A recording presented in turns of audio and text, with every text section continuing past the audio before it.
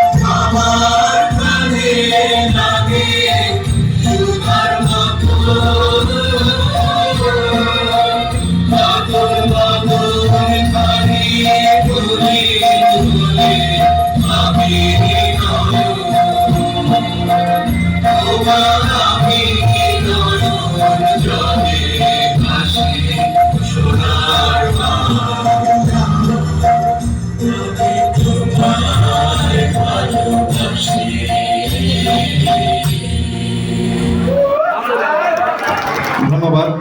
আমাদের মঞ্চের ডান পাশটি আমাদের শ্রদ্ধেয় ম্যানেজার জিএম স্যার এবং ম্যানেজার স্যারদেরকে আমরা সংরক্ষিত ছবি অনুরোধ করবো। আপনারা আপনাদের